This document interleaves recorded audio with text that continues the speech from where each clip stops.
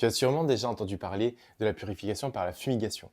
Mais sais-tu vraiment pourquoi on utilise certaines plantes plutôt que d'autres? Depuis des milliers d'années, de nombreuses traditions à travers le monde utilisent la fumigation pour accompagner les changements de vie, les rituels, les méditations ou encore même les pratiques spirituelles. Pour beaucoup, la fumée ne sert pas seulement à parfumer un lieu, elle symbolise la transformation, l'élévation et le retour à un espace plus harmonieux.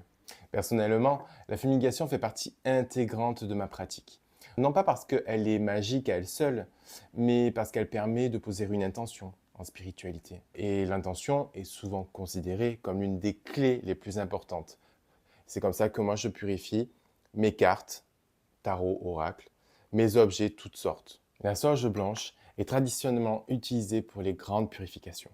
Beaucoup l'emploient après une période difficile, un conflit, un déménagement ou même avant un soin énergétique. Mais attention, rappelle-toi que la sauge crée un véritable reset. Elle doit être manipulée avec précaution, car en laissant un vide chez toi, sans intention, derrière, elle ouvre des portails. Et donc, tout et n'importe quoi peut s'installer chez toi.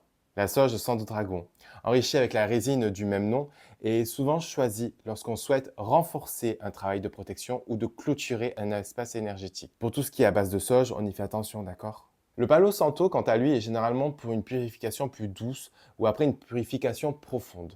Dans les traditions d'Amérique du Sud, il est associé à une énergie beaucoup plus douce, favorisant la paix intérieure, la sérénité et une sensation d'harmonie. Mais nous avons aussi des plantes extraordinaires chez nous, comme le romarin, le thym et le laurier. Depuis des siècles, ils accompagnent les rituels de protection, de purification et de renouveau. Et puis, il y a les résines. Véritable trésor utilisé depuis l'Antiquité. Pour pratiquer la fumigation, c'est très simple. Veille à ce que les portes et fenêtres soient bien fermées avant de commencer. Allume quelques secondes ton fagot de sauge ou ton palo santo. Souffle ensuite sur la flamme pour que cela conserve uniquement la braise. Par contre, pour les résines, utilise un charbon incandescent dans un brûle-résine adapté, comme le chaudron, comme un brûle-résine classique. Et tu fais le tour de l'intérieur de ton domicile en partant de la porte d'entrée, dans toutes les pièces, dans le sens des aiguilles d'une montre. En n'oubliant pas surtout les coins, les fenêtres et tout ce qui peut être caché.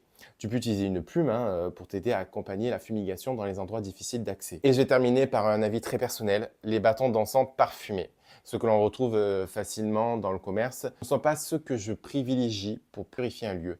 Pour moi, ils créent une ambiance olfactive.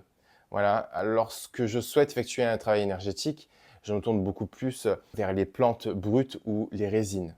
Dis-moi en commentaire quelle est la fumigation que tu utilises le plus.